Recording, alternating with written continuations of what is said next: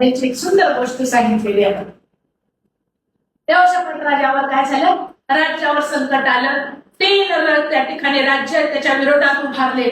तेव्हा शपटाला निरोप आला की ऐनगेलीपर्यंत, ऐनगेली कुठली तर कॉर्नर असणार आहे त्यांचा तटाजवळचा, तो तिथपर्यंत शत्रूंचं सैन्य आले. काय झाले, यहोशापाट देवाचा माणूस, देवाचा राजा, देवावर भक्ती असणारा, पवित्र आत्म्याबरोबर राहणारा. हालेलुया. ह्या गोष्टी पवित्र शास्त्रात का लिहिल्या आहेत?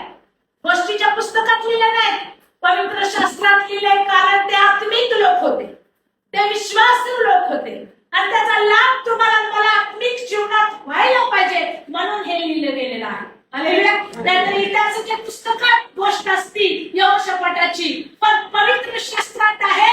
कारण राजा असताना आपल्या मिलिटरीवर तो अवलंबून राहिला नाही, आपल्या स्ट्रॅटर्जीवर तो अवलंबून राहिला नाही, त्याने इमर्जन्सीवर तो अवलंबून राहिला नाही. पण बायबल म्हणतं त्याला धाक पडला आणि परमेश्वराला शरण गेला.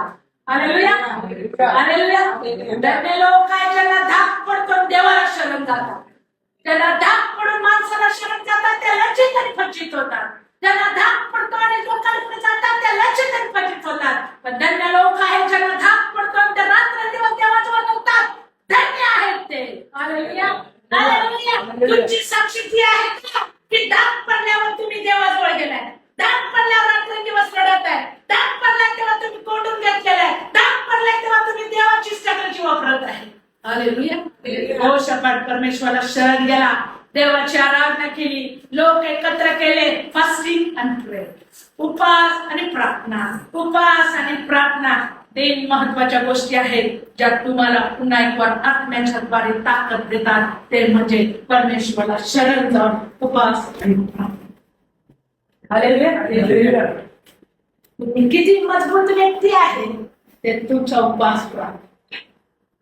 हालेलुया. हालेलुया. मी फार लोकांना बघितलेलं आहे, मी फार लोकांना बघितलेलं आहे ज्यांनी मोठ्या मोठ्या बढाई मारलेल्या, संकट काळामध्ये ते लोक इथं नाही.